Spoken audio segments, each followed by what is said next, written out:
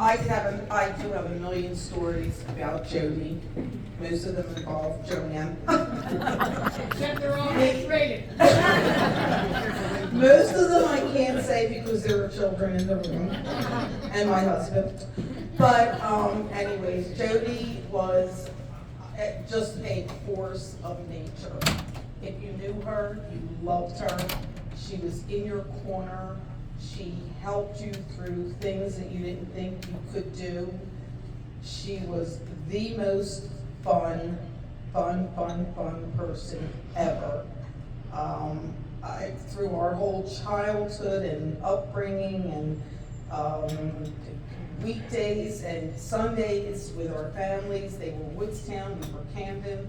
They would come during the middle of the week on Sundays. My grandmother lived across the street, Nonna. And it was just a wonderful, wonderful experience. And if everyone could have that kind of love in their family, it's just amazing. It's just amazing. But I'll tell one little funny story. Most of the teenage stories I won't. But one little funny story. I would go to Woodstown every summer and spend a couple of weeks. And I just thought it was great because I lived in the city. So I would go to Woodstown, and my mother was very protective. I had two older brothers, and I was the little princess, and she, I couldn't do this, I couldn't do that. It was wonderful to go there because Aunt Betty and Aunt Jeannie were like, just go, come back alive, kind of thing, which was great. So this one day in particular, at Jody's, and I'm spending the night as I, would do, and we just would have so much fun. We'd go to the pool and the bikes, and that we would do everything, and they know how good I was on the bikes.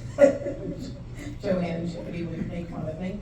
So we come back and we get, bathed and whatever, and we go to bed, and we'd always sleep, in the same bed, do all our little, talking and chatting. And this one particular night, Jody says, Chris, we're going to take down, and we're going to take up candy to have while we're in bed. And I'm like, oh, your mom will kill it. And she's not going to know. So we go upstairs, we go to bed, lights out, and we have the candy. And it's wrapped and I don't know how, but Aunt Betty heard something was going on. So Aunt Betty comes in and flips the light on. And we look at her, and I'm like, oh. And Jody says, Mom, it wasn't me. Chris insisted on bringing this bowl of candy to bed. Aunt Betty, Chris? I said, Aunt Betty, both of you go to bed. You're going to both get clobbered in the morning. So I'm like, Jody, I can't believe it. But it was just one of the things, and she just will totally live in my heart forever. And I just have a million stories, but I just can't go on and on because it's not all about me. But I loved her with all my heart. She was a sister. She wasn't a cousin. She was just amazing, amazing. And I thank and I'm blessed for every second I have spent with her. And I am so proud to call her cousin.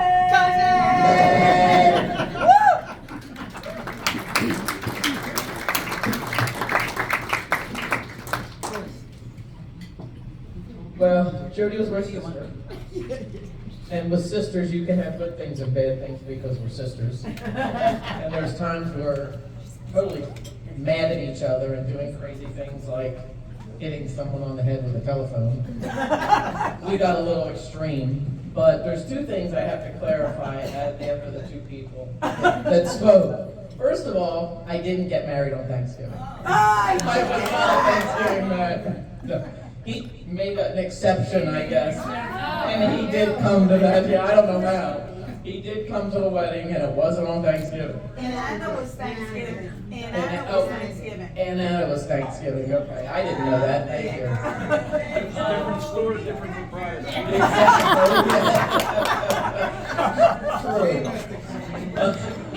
And as far as Chris goes, when he said, I don't know how my mother heard the rappers, you weren't living with my mother long enough. She heard every little thing through the night. So you didn't get away with much, because she would pop up there and scare you to death, 'cause there she was. But when it came to Jody, the three of us were about 4 years apart. So Betsy left for college, and I was still pretty young. When Jody was, she wasn't ready for college yet, but she was going, we had a snowstorm. And her friends wanted to go walking around on the streets because that's what you did at night, because there was never any cars in Woodstown anyway, but on snowy nights there really wasn't.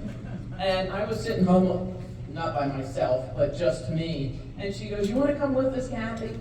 She actually, which amazed me, I was shocked even then as a kid, that she would want her little sister tagging along with her friends.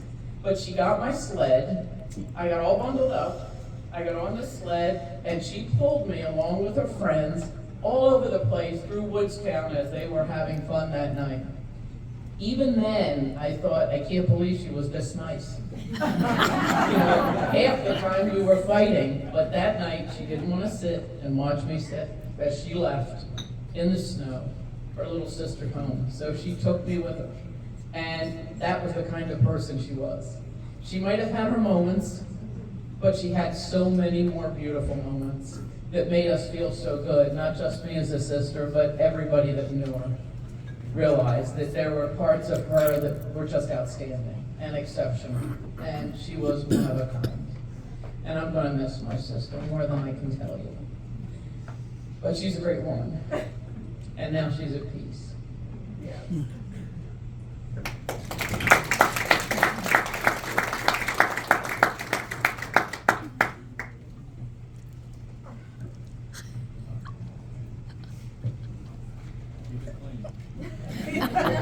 I'm not going to tell anything that Chris wouldn't tell.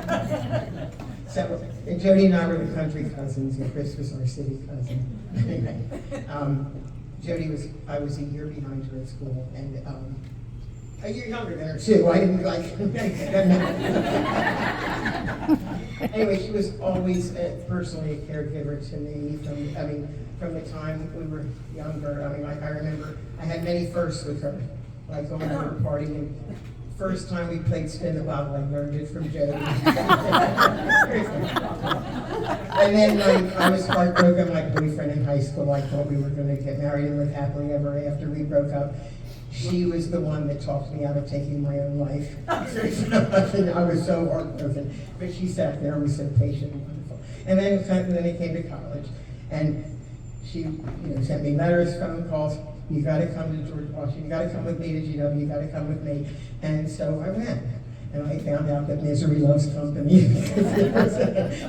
Anyway, it was all kind of fun. We were roommates, and it was so wonderful because she's still. I do credit her, and I told the girls, with keeping me from flunking out, because she didn't have the study ethics.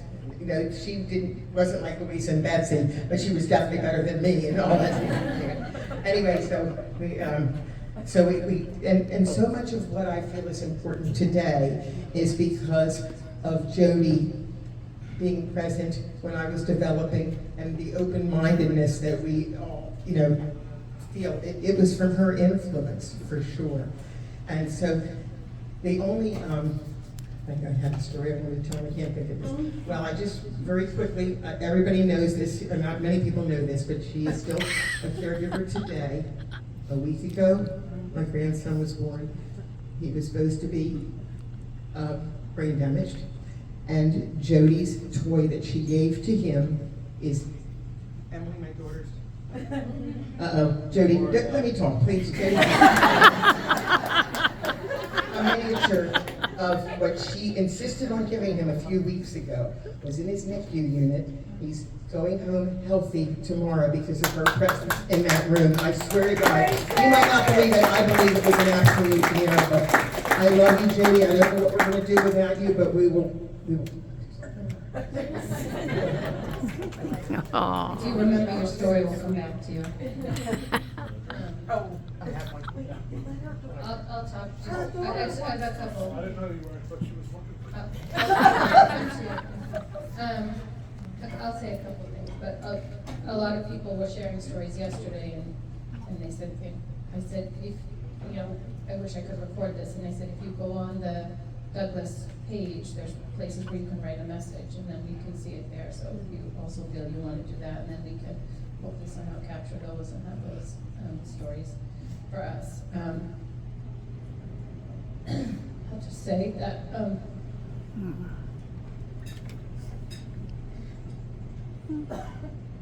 I had the best mom in the world. She was the GOAT. Tom Brady reference. But she was like the mom you wanted to be. Everything I did was like, what would my mom do? And even like my dad and her relationship was like also relationship goals, right? Everything they had. I called my mom every day on the way home from work. Some days I would drive home to her house, still talking to her, get out of my car, go into her house, a conversation. And he's like, what could you possibly have left to say to her every day? It was a lot of listening and, you know, my mom, not so much me talking, but. And she was my best friend.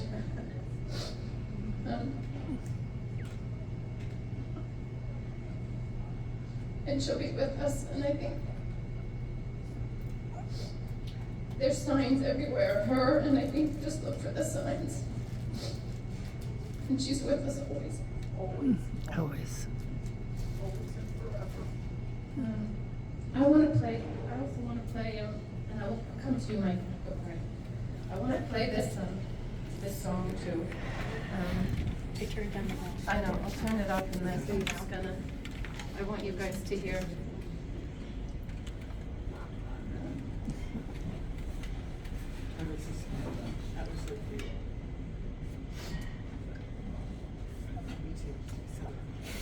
It's coming.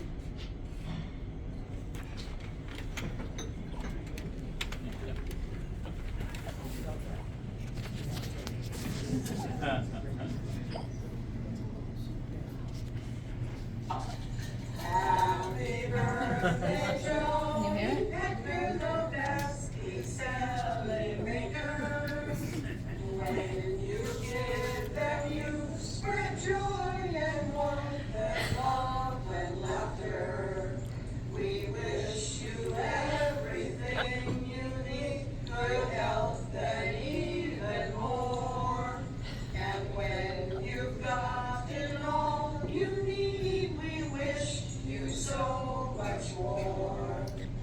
Happy birthday, Joey Nectar, the best peace-selling maker.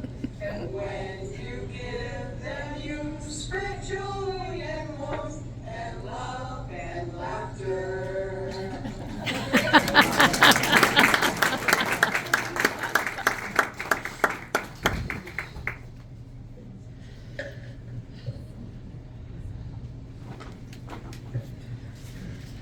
That's a tough act to